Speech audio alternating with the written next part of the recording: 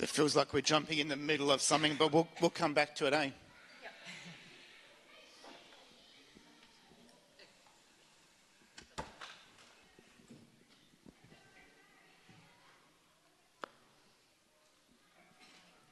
Good morning. Yes, the worship team, don't go too far away. What are you going to do? Do you want me to stand back up? Oh, no. Don't go and start eating lunch or something.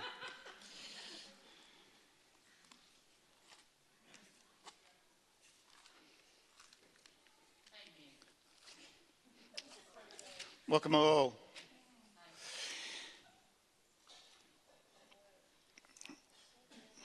Yes, I want to continue with the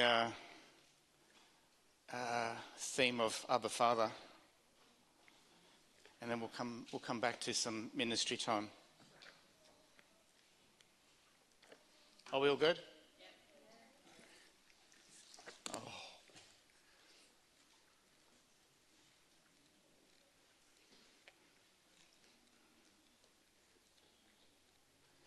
Just to pre-warn you, I'm going to have to jump around for a while, and hopefully I find my place this morning. So I want to tell the story of the prodigal son.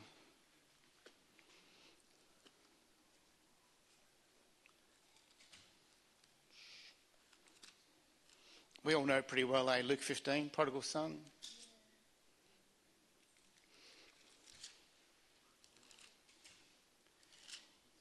Was that a yes? Yes.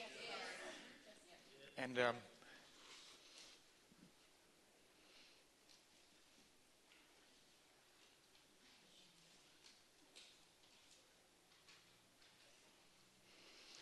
so when I read Luke 15 as a new believer, not a new believer, a returning believer, I thought, this is me.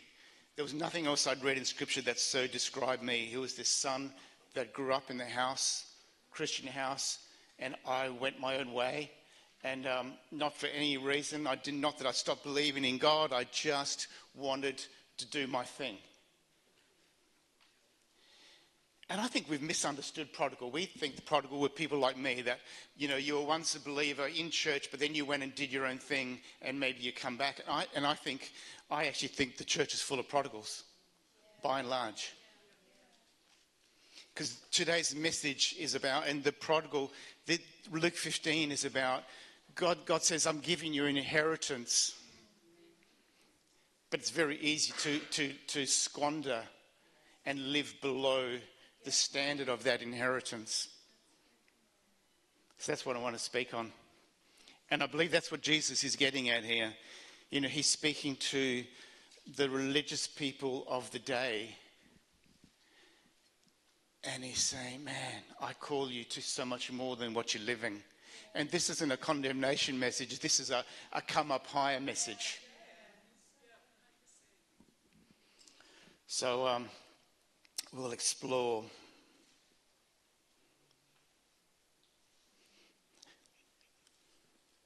As I said, I'll jump around, and hopefully, I think it's the only way, it's the way my brain works. It's all over the place, but so in this passage, there's actually three stories, eh? The parable of the lost sheep, the parable of the lost coin, and the parable of the lost son. And I just think it's interesting that the first one is, there's 100 sheep and one goes running away. And the shepherd he leaves the 99 to go looking for the one. But when he finds the one, he puts the sheep on his shoulders. I'm not a shepherd, but I think that's fairly unusual, I would think, to put the sheep on your shoulders and walk them back home. But I love in this, I think often we know Scripture so well that we actually miss it. And I know that Luke 15 is one that we know so well that we can. My prayer this morning is that we would go deep in a revelation of what the Father is really like. Because that's what this life is all about. It's what the Father is really like that will not just undo us, but it will make us. It's not better teaching. It's not a better book. It's what Father is really like that will cause us to live as sons and daughters. And I'm going to talk about sons this morning, but it's about sons and daughters. But it's what the Father is really like that makes you.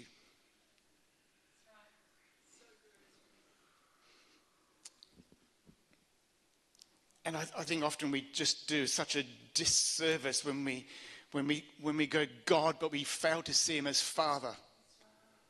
It is what defines us. It's the words of a father, but it's the very nature and character of Father.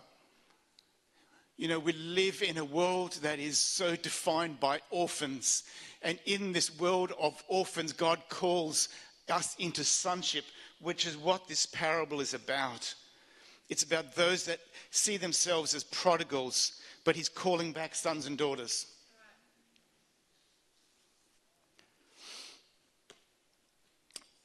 So I'm just going to read some bits out of the Mirror Study Bible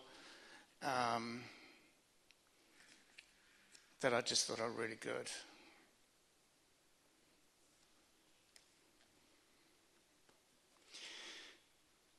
So in the first parable, the lost sheep,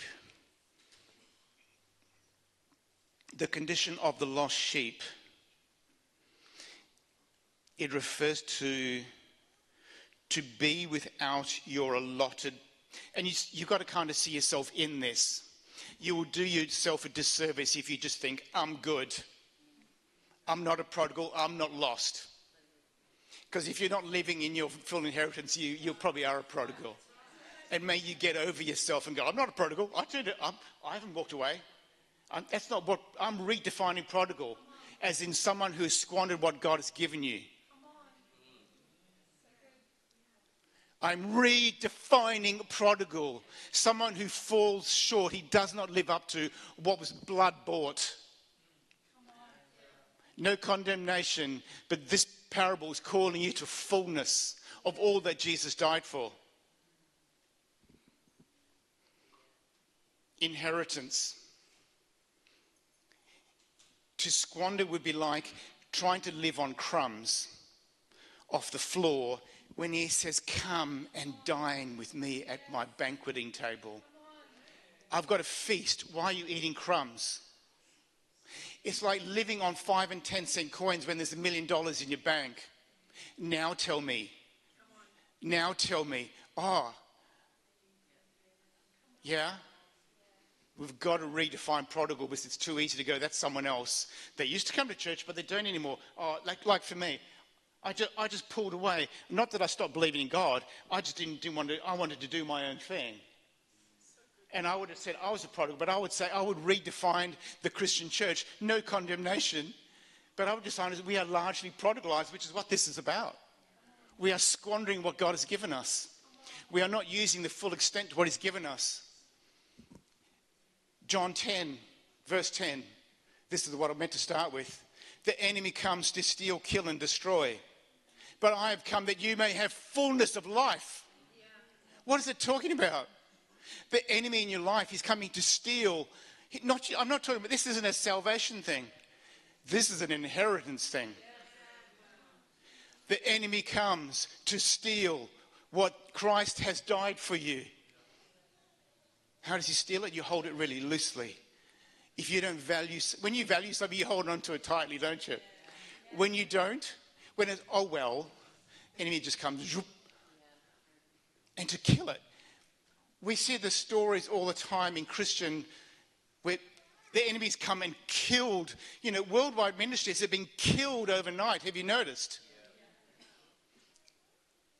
They've been destroyed. In other words, they were going really well and the enemy gets in there and actually destroys it. And people go, oh my gosh, so-and-so's fallen. Steal, kill, and destroy. The enemy's not after. It's not a salvation thing. It's your inheritance that he's wanting to steal, kill, and destroy. Your walk, your purpose, your inheritance. Steal, kill, and destroy. But I have come that you may have life and life to the full. I have come that you would live in the fullness of your inheritance that I bought with my blood. Am I making sense? It's living on 5 cents when you've got $1 million in the bank. It's looking for crumbs on the floor when there is a feast on the table. Now tell me the church isn't prodigalized. No condemnation.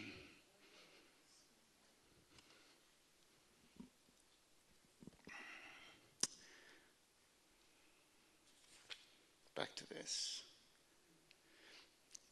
The meaning of lost.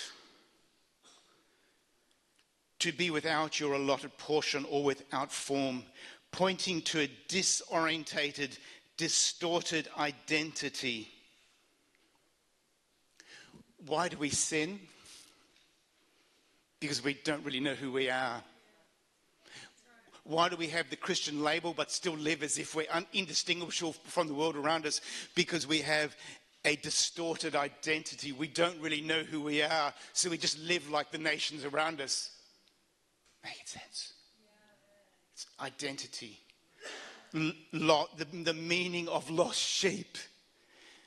Disorientated, distorted identity. I love the way he defines sin. Sin is to live out of sync with the blueprint of one's design.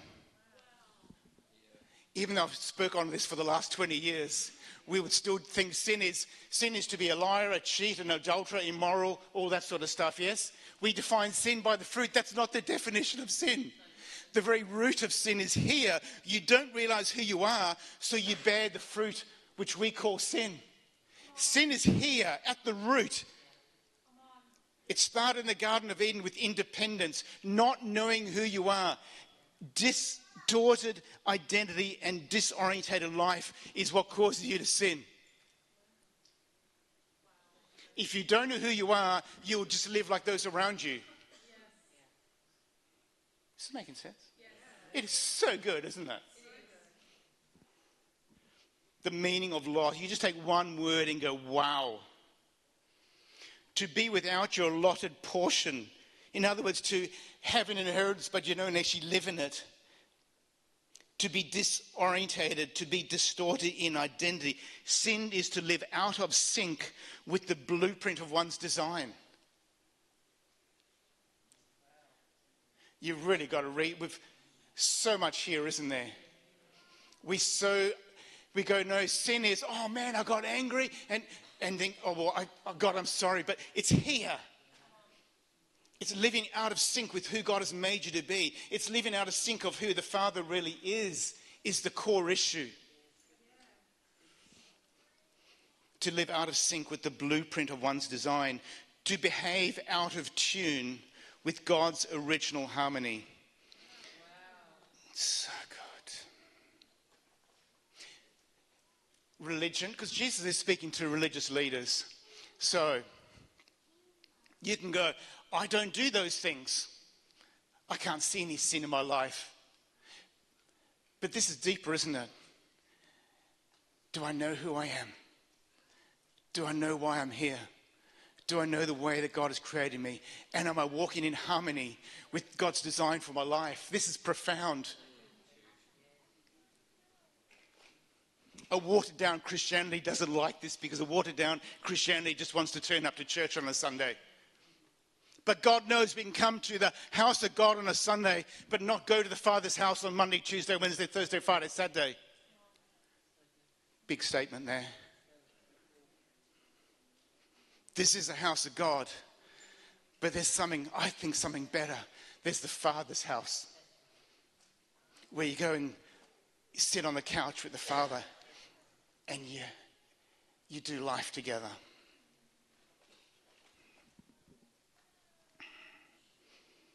So, a prodigal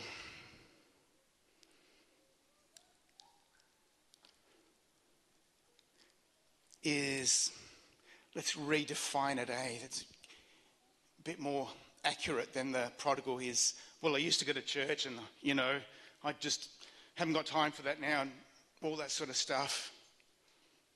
Let's define it as a prodigal is one who's lost his first love. You lost your first love, when you're a new believer. And you just wanted to be at everything. And you just loved to pray, you loved to fast, you loved when you had something to do. You loved reading the Word. No one had to say you need to read the Word, you need to pray. You just wanted to do those things. It was like your honeymoon, first love. So the prodigal's lost the fire of the first love. The prodigal does church, but doesn't do Father's house. Again, no condemnation. This is a call. There is no condemnation this morning. If you're hearing it, I remove that lens. This is the call. It's the call from the Father. It says, come back home. Come back home.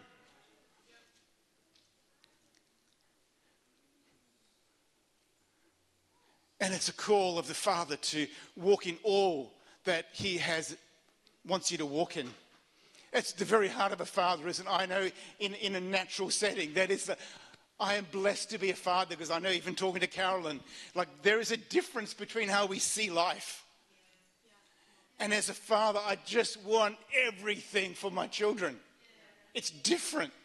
Not better, not worse. It's different. I can't explain the passion that's in me for fullness of inheritance and to make a way, to never turn away, and to do whatever I can for my kids to succeed. Whatever. That is the very heart of God. It's in men. And it's unique. And I'm so blessed to have it.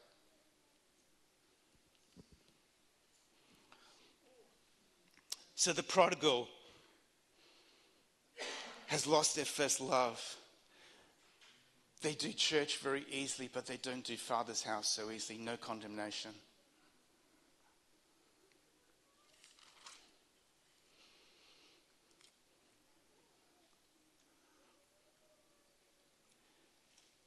And yet this morning my prayer is that the Father would speak over your life.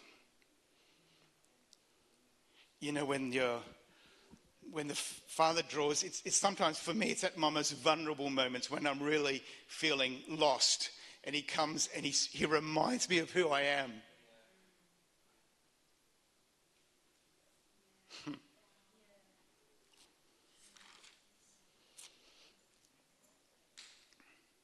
Jean referred to Psalm 137 last Sunday, that His love endures forever.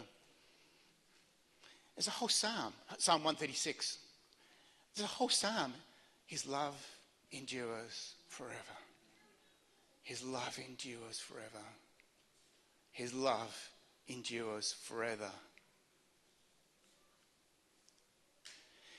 He loves you with an everlasting love when you're sinning and when you're not. I know you can agree to that here. But when you agree to that here, it'll change you something crazy. He loves you when you're sinning. He loves you when you're doing the right thing. He loves you when you're sinning. He loves you when you're righteous. Funny about that. Why is it so deeply ingrained in us that we feel more loved in the righteous doing right than we do when we're sinning? Am I encouraging sin? Romans 6, where sin abounds, grace abounds even more. Paul said, well, you can argue with me. I'm not encouraging sin. I'm just encouraging superabundant grace. That's what begins to unravel your life. Condemnation, accusation, shame. That's what changes it. When His love doesn't change from one side to the other, that's the antidote for you. Yeah? I'm speaking for me. I don't know about you. But when I feel condemned, when I feel accused, when I feel like, God, you don't even look at me.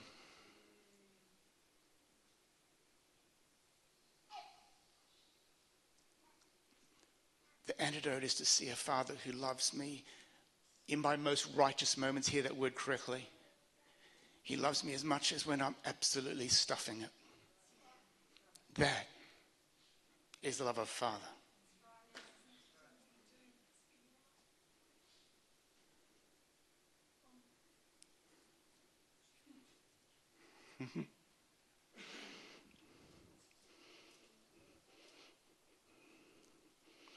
Despite your sin, Despite your righteousness, his love endures. His love is an everlasting love. If you can try to figure that out in your head, you won't. You'll just look at me and nod. Because that doesn't make sense. Because we are pre-programmed to despise the negative and to love the good stuff. So may God get under our skin. And may you know, if you haven't already, may you know his goodness at your worst moments. May you know his love at your worst moments. So I'm not going to read Luke 15 because it's quite long. Just to go through it really quickly. So we have the father and two sons, yeah? One son, the younger one son, he's probably had enough, eh? He's probably had enough and wants to explore the world like me. That's exactly what I did. I didn't go, I don't believe in your God. I want to do my thing. So this son goes to the father, give me my inheritance, and he goes and squanders it, yeah? And I would say it was probably quite a lot of money. And then life isn't going so well for him, eh? There's a famine, he runs out of money. So he's spent his money on probably fast cars, gambling, prostitutes, parties, expensive clothes, all that sort of stuff. It's gone. And the women in the room will know the money goes fast.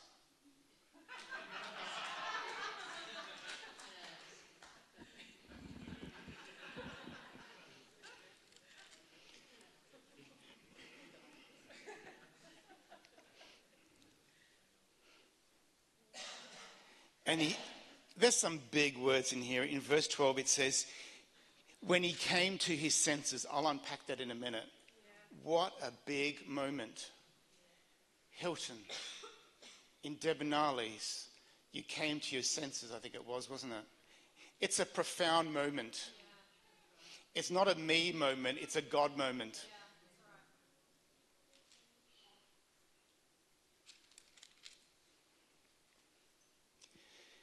He came to his senses and he said, how many of my father's servants, they're living better than me. I'm eating pig food. I should go home and just be a servant. That's what he says, eh? I want to go home and be a servant. And on the way back, he's practicing his sinner's prayer. Isn't it interesting that the father... I probably haven't got time to unpack this, but anyway, isn't it interesting that the father goes running?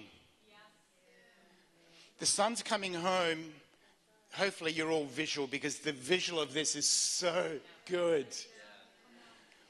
The son's coming home and he's practicing in his sinner's prayer. He's practicing, man, I've got to change these clothes because they stink. I've got to fix up my life before I go to my father's house. Sound familiar? And the father goes running. And he doesn't want to hear the sinner's prayer. Funny that, eh? Why do we just want to hear the sinner's prayer? And the father goes, no, shut up. Bring the best robe. Bring his ring. Bring his slippers and put them on. The father ran to him and did not give him a chance to even repent. I hope some of our religiousness gets kicked out.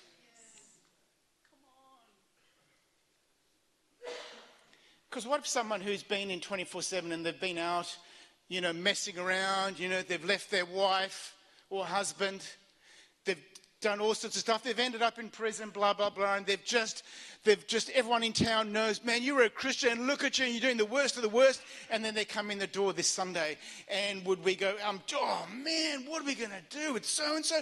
Just sit on the back row, we'll talk to you later, or would you go, hey, come up the front, I want to wash your feet.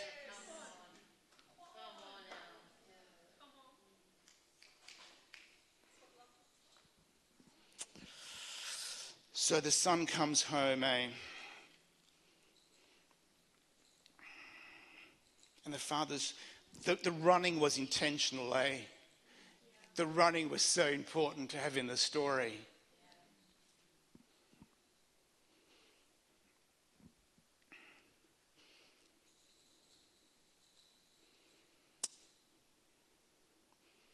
when it says the son came to his senses, I think he realized, man, the life I'm living is way below the standard of what I am in this family.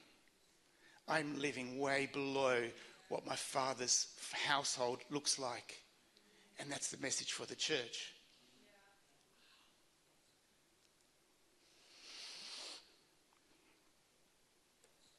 In this room and outside this room are many, hear the word correctly, wandering like a prodigal. Your life is wandering. You've got this inheritance, but you're just wandering. It's like you're wandering lost and, remember the word, disorientated. Not quite sure what this looks like. What do I do with this inheritance? And man, I'm busy with all these other things. I want to explore the world, but I've got this inheritance. It's called a prodigal. And the Father's calling you home. The Father's calling you home.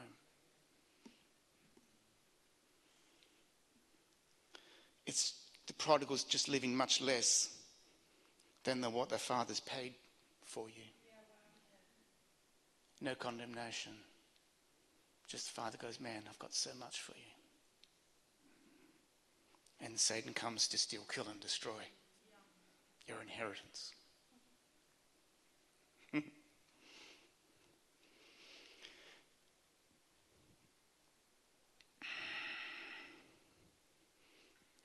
I love the picture of, I've always loved the picture of, I know it's not going to fit in with biblical times, I picture an old house with a big porch and the father sitting there waiting for his son.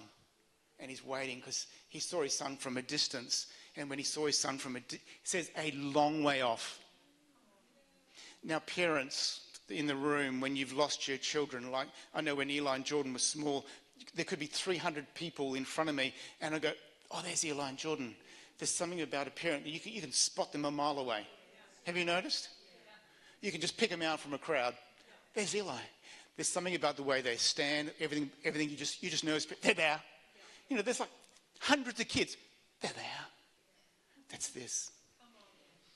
Your Father so recognizes you. It says, you've got to read the words carefully. He was a long way off. That's my son. Isn't it funny that the father was waiting? And I picture a father that, have you ever, it's equivalent, have you ever invited people for dinner and they don't turn up? I don't like this. But that's how I picture, like I was picturing me and Carolyn sitting at the dining table with everything set up, all the food's cooked, and you're waiting. And you think, oh no, they're forgotten. And they don't turn up.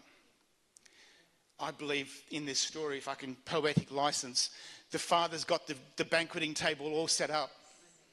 And the food's cooked and he's waiting. But he doesn't get irritated when you don't turn up that day. He just keeps waiting, whether it's a week, a month, a year, 10, 20 years. I was away for 10 years, but the feasting table, the setting didn't change. Does that make sense?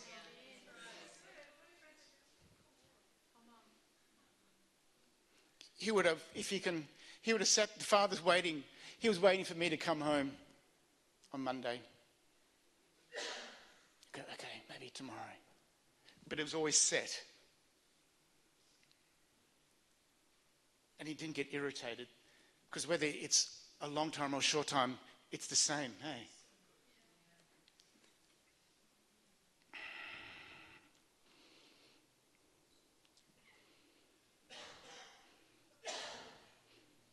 I love how the father was waiting for the son. And when he sees the son, he runs.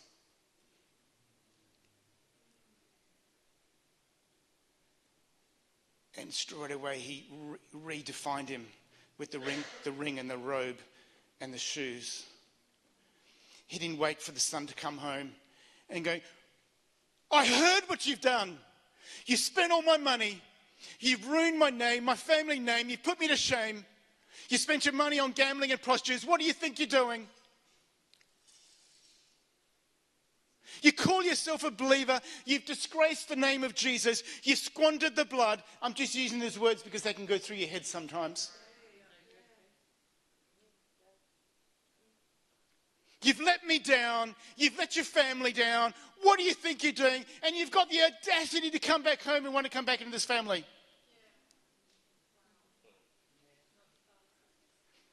None of that, eh? That's why he ran. That is why he put the ring and the robe and the slippers on. See, because the words I just spoke to you, they're condemnation. Condemnation is the voice not of God and not of you. Condemnation is the language of the devil. When you get that, you'll be free. Is this making sense to people? Condemnation is the language of the devil. But what I just said, you can easily be a tape recorder in our brain. You've done it again. Sorry, Ali.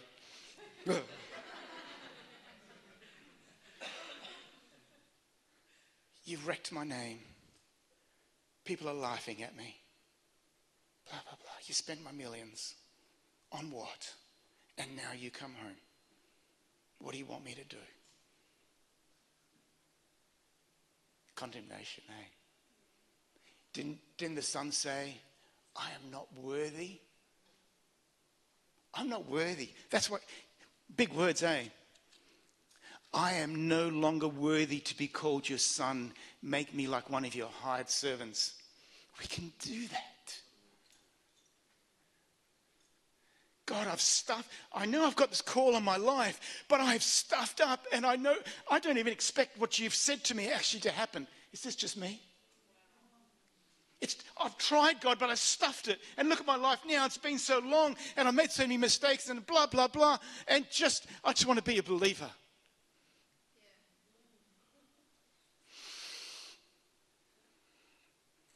All these words are really important. Hey, don't read it as just a story about someone else. And it was so important when the son goes, I am no longer worthy to be called your son. Just make me one. I've stuffed up. I just want to come back in and I want to be part of 24/7, but I don't expect anything. I'm just happy to sit at the back and I'm happy to vacuum and pack up chairs and do all that sort of stuff. But I don't expect God to do anything for me because I've gone too far. Voice of the devil.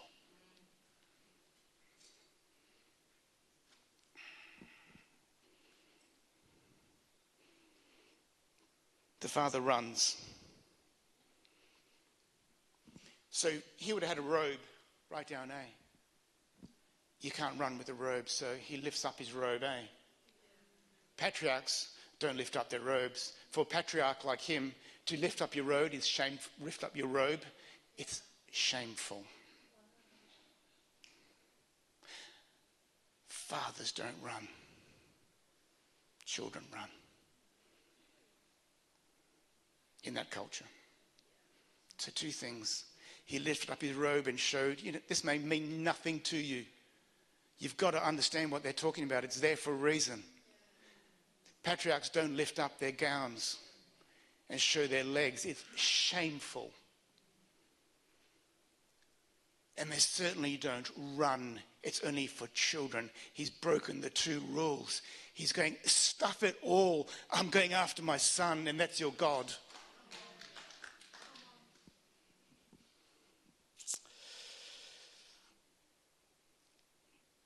Father, I pray that we would see you as you really are.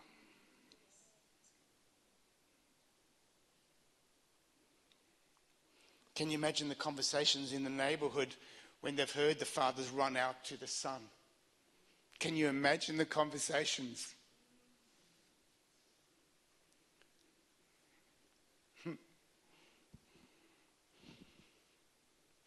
So the father runs.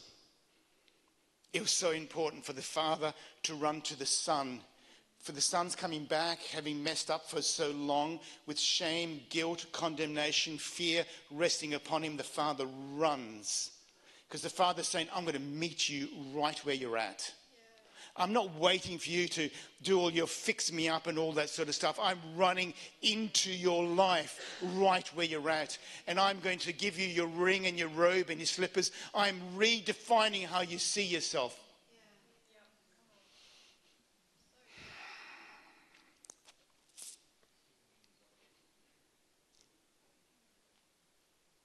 And I just thought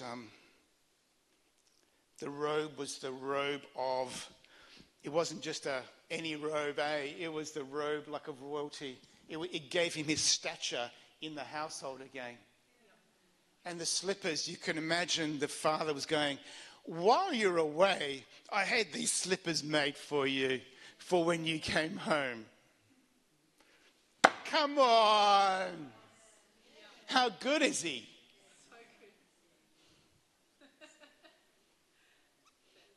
If I'm boring you, God help me. And the ring. When I was getting this yesterday, the ring, it would have fitted. I tried on my wedding ring yesterday just to prove the point because I put it on my finger and I couldn't get it off again. Because I'm not a ring, jewelry, tattoo person. I like nothing. And so I haven't worn the ring in like 20 years. And I put it on, I couldn't get it off. I thought, oh my God. Anyway. That didn't sound right, did it? But anyway. Carolyn understands. It took a long time to get off. Yeah. But I just thought, again, the father waited and he was ready. That's the thing that always breaks me. He was ready and waiting. The ring fitted. The slippers were made. And the robe was a robe of, you're the head of the house again. Not start off outside and once you prove yourself, the human way, prove your faithfulness. As we do in church, don't we? Church life. You prove. You show your worth. You show that you're reliable. Show that you're not going to be a prodigal again. Show that you're not going to walk out the door after a few weeks. It's like, come in the door and just as if you never left.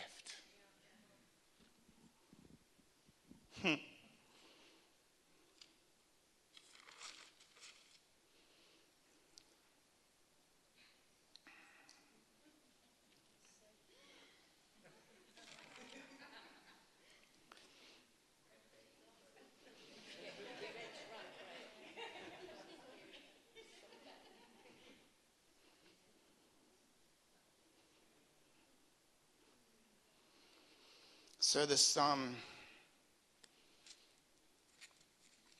all the conversations in his head.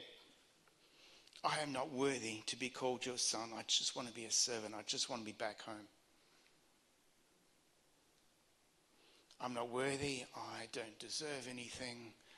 I just want to be under the safety of my father's roof and have a decent meal every day. And yet the father says, no. You're my son. And I loved you in the sin and I loved you in the righteousness. I loved when you were far away and I loved you when you're close. I loved it when you're doing the wrong thing and I loved you just as much when you're doing the right thing. See, when this starts to make sense, you actually know what it means to walk as a son and not as a slave, because the story is about slavery. Because religion keeps you in slavery. See, he's speaking to religious leaders, Pharisees, that were trying so hard to keep the law and do the right thing, because they believed if they did the right thing, then the favor of God would be upon their life. But if they did the wrong thing, then they would be cursed. In other words, they lived by reward. They lived by deserve.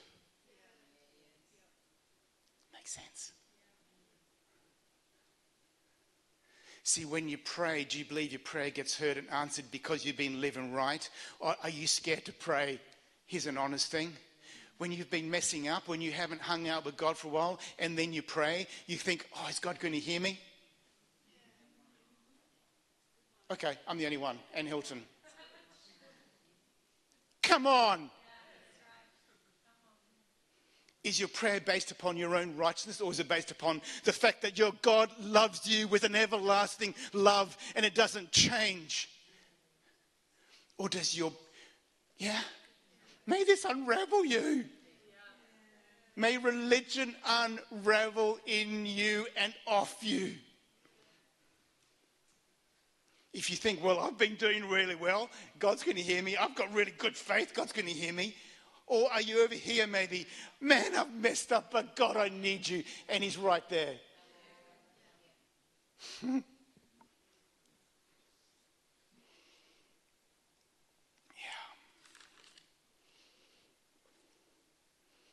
Yeah, so Jesus is talking to these Pharisees, the religious leaders of the day, that were so bound in slavery. They so loved God. They so wanted to please him and do his thing, but they were bound by reward and deserve. Keep all the rules and God will be pleased. You break the rules and God won't be happy.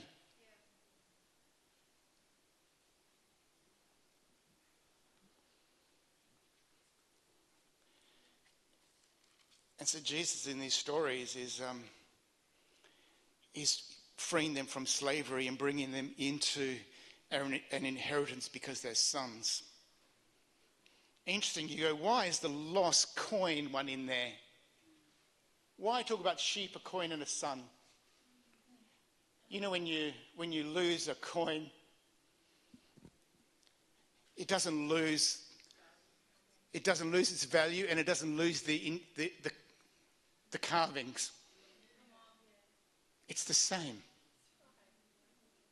That should have been a wow moment. I'm sorry. Because we can think, man, I've been lost. And in your lostness, you think, I've lost my value and I've lost what God said about me. Because the markings on a coin is very symbolic of what God says about you and who you've been made to be, eh? I've been made in your image and likeness. The way to understand what Genesis 1:26 and 27, you're made in my image. It's actually a coin that's been stamped in the money factory with a 5 cents or 10 cents or a kangaroo.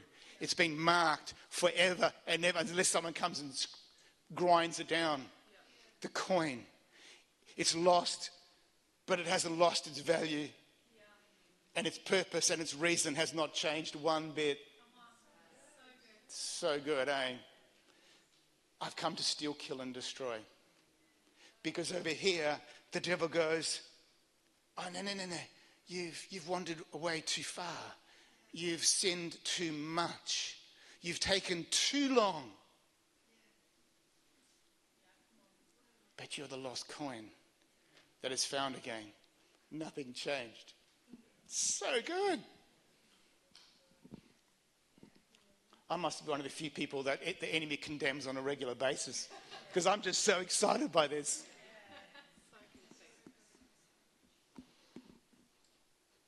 All that I've shared to you today, as good, bad and ugly as it is, it's all the stuff that I go through. It's taken you too long, Pete. You've messed up way too many times. You haven't done this and you haven't done that.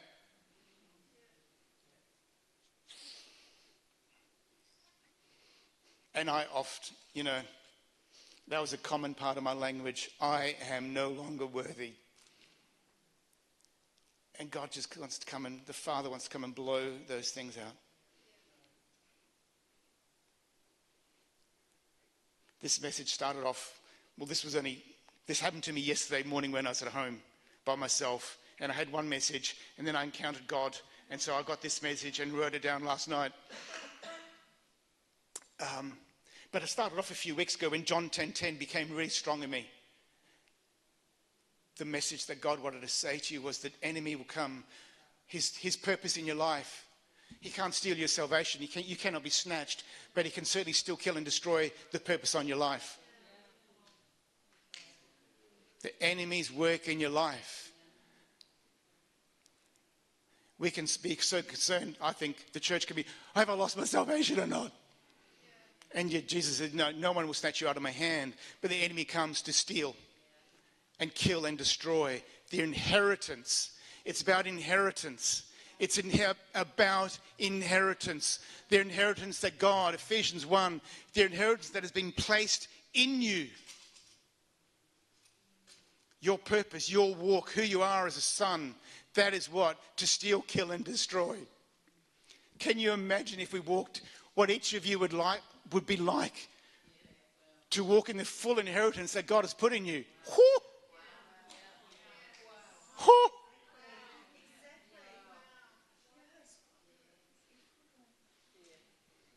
That's the part of me that doesn't like Sunday church when you just all come and sit.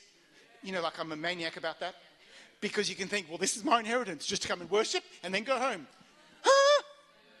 Really? No, it's to be extraordinary. Don't be satisfied with being a pew sitter. No offense.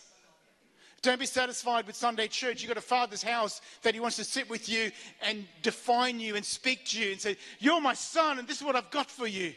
And you are mine. You are bought with a price. No one's going to take you from me. And no one's going to stop what I've started in you, I will finish. But that language happens on the couch, not here. You can't hear from me. You've got to hear from him on the Father's couch.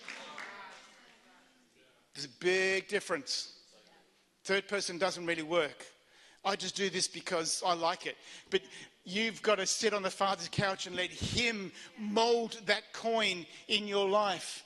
He's got to speak the Father's words. You are defined by the Father's words, not me or not any other preacher. Your identity comes from a Father, not from me. Your identity comes from a Father, not from your spouse, not from your family, not from the culture. It comes from the Father's couch.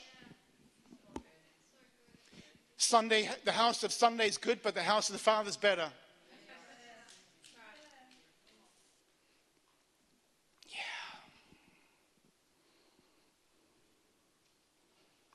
Oh.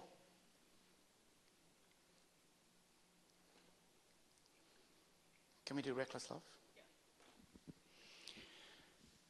I would love us to stand, and I wanted to finish with this song because I want us to pray.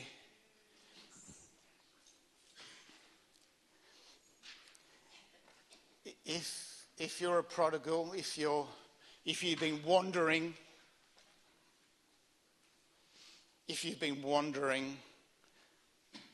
today the Father's saying, come home. And you know if you're wandering or not, just like I've got this call on my life, but I'm just whatever. I'm not quite sure. And those words, like from the Mirror translation of disorientation, man, they're good words. Disorientated identity.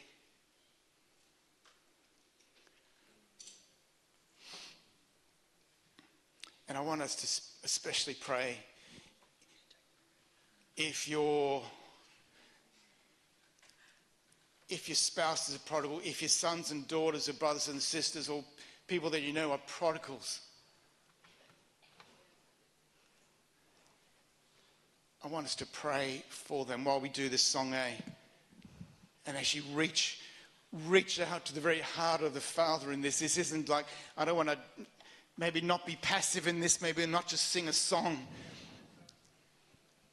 But it's a prayer, Father, may your prodigals know that you're after them. I pray that they would come to their senses. These are good words to use from Scripture to pray. Like for Hilton when he was in the Debonales and drinking away and he came to his senses and he just stopped. And same for me, I was in the Shaft Bar having cocktails with hospital staff and I came to my senses. I thought, what am I doing? It's a profound moment. That's right. They're not just words. Come on. He came to his senses. And I know what that's like. And even other moments when you come to your senses, it's a God moment. When you go, what am I doing? Why am I living like this? Why am I living for this when God has called me to this? Why am I listening to the voice of the devil when there's the voice of the Father that is calling me to something else?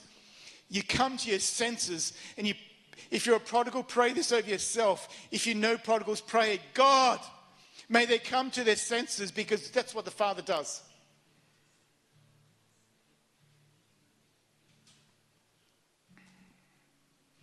I like how the mirror, when it talks about that,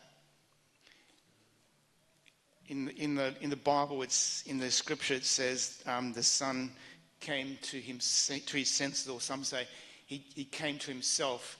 And he says he did not find himself in his shame, but he found himself in his Father's embrace. And that's it. To come to your senses where you are no longer under condemnation, but you come to your senses and you realize your Father has been there all the time, and he's actually not standing far from you, but he's actually embracing you. Yeah. To come to one's senses.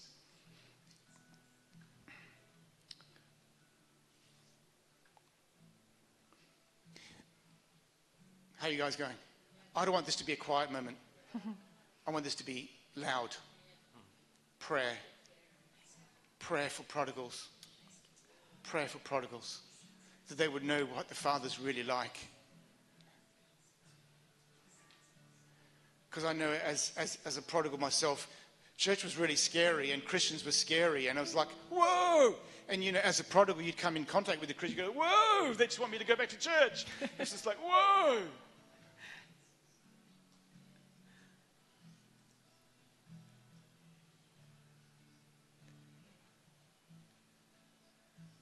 But when I came back, I just found God was so real.